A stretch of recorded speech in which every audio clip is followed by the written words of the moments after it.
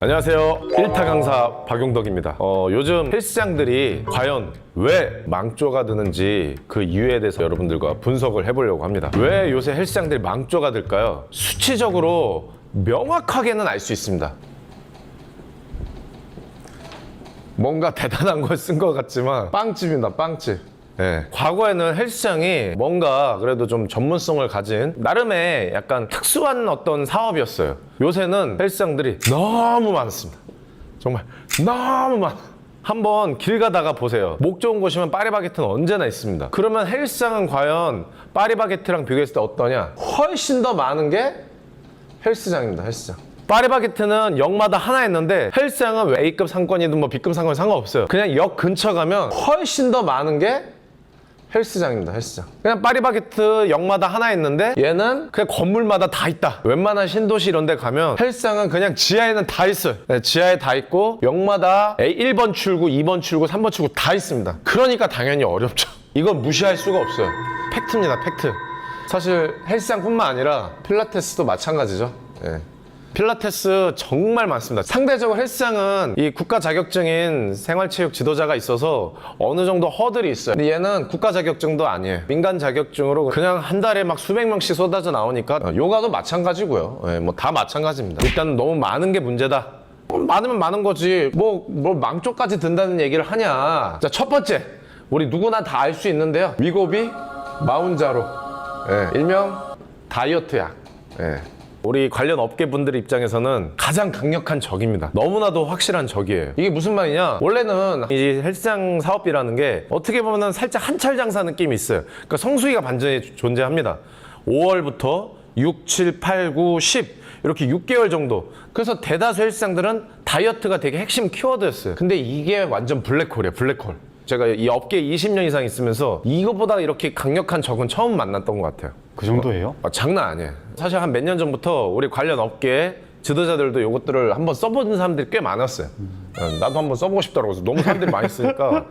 요새 근데 그때보다도 훨씬 더 개선된 이런 약들이 나온다고 하니까 실제로 효과도 많이들 보고요. 물론 부작용이 없는 건 아니에요. 그래서 그거에 대해서는 나중에 추후 얘기하겠지만 어찌됐든 당장 사람들 입장에서는 뭔가 힘들게 하는 운동보다 쉽게 단순하게 간편하게 뺄 수 있다고 생각하니까 일로 확실히 넘어가는 것 같아요. 생각해봐요.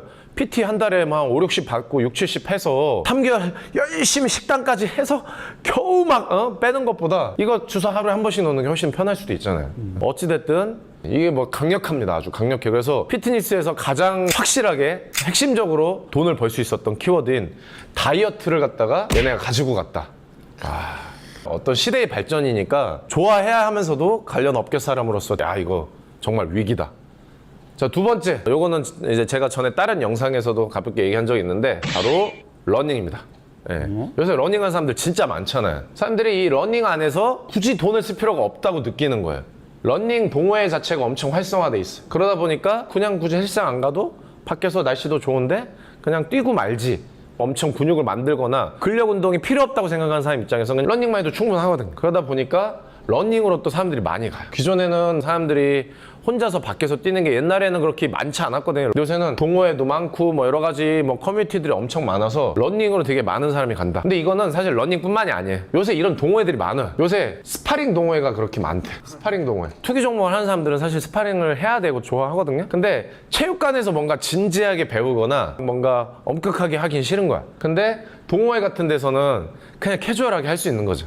그러면 당연히 어떻게 될 것 같아요, 우리 PD님은? 누구 다치면 큰일 날 것 같은데. 그렇죠. 그래서 진짜로 정말 제대로 운동을 하고 자기 몸을 아끼는 사람은 여기 가면 안 되고 가지도 않아. 검은 띠보다 그 직전 빨간 띠가 제일 무섭다고. 그러니까 체육관에 가서 수련은 진지하게 안 하고 이게 근데 헬스장 안 가는 거랑 똑같은 거죠. 그게 어떻게 보면 요새 문화인 것 같기도 해요. 뭔가 진지한 거는 꼰대 느낌이 나는 거지. 힙하지 않아. 그 다음 세 번째. 요새 또 이걸 얘기 안 할 수 있죠. 자, 젠슨왕이 문제야, 젠슨왕이. 젠슨 왕이요? 네, 얼마 전에 홍대 젠슨왕 형님이 왔다 가셨는데 저도 공교롭게도 그 지역에 있었습니다. 젠슨왕 한번 보려고 한 2시간에 서 있었어요. 2시간. 와, 지금 주식이 엄청나죠? 사람들이 돈을 쓰려고 하지 않아. 왜냐면 지금 주가가 계속 쭉쭉쭉쭉쭉 올라가고 있는데 막 헬스장에 막 PT 한다고선 막 돈 100만 원, 막 7, 80만 원 목돈 넣기 힘들고 목돈 빼기 쉽지 않을 수 있는 거지. 저는 이것도 분명히 하나의 영향이 있다고 생각을 합니다. 그리고 마지막으로 이거와는 또 대비되는 현상인데요. 경기 자체가 안 좋아요. 경기 자체가. 실물 경기 자체가 안 좋습니다. 근데 이거는 저희뿐만 아니라 여러 가지 관련 업계 회원님들랑도 얘기를 나눠보면 경기가 좋은 사람이 없어요. 이거 정말 신기해. 실물 경기가 지금 너무나도 안 좋아서 주가는 상당히 올라가고 있지만 실질적으로 사람들이 돈이 없다. 실제로 쓸 수 있는 돈은 없다. 당연히 지금 안 될 수밖에 없는 확률이 지금 매우 높은 거예요. 물론 그런 건 있습니다, 여러분. IMF 때도 돈 버는 사람은 벌었어요. 그리고 지금 이 와중에도 오픈하고 돈 버는 사람은 법니다. 근데 그런 특수한 사례를 빼놓고는 대다수의 많은 일반적인 자영업자들, 특히 체육관 같은 경우는 더더욱 이런 시대의 강적을 만나가지고 요새 체육관이 좀 망조가 드는 게 아닌가.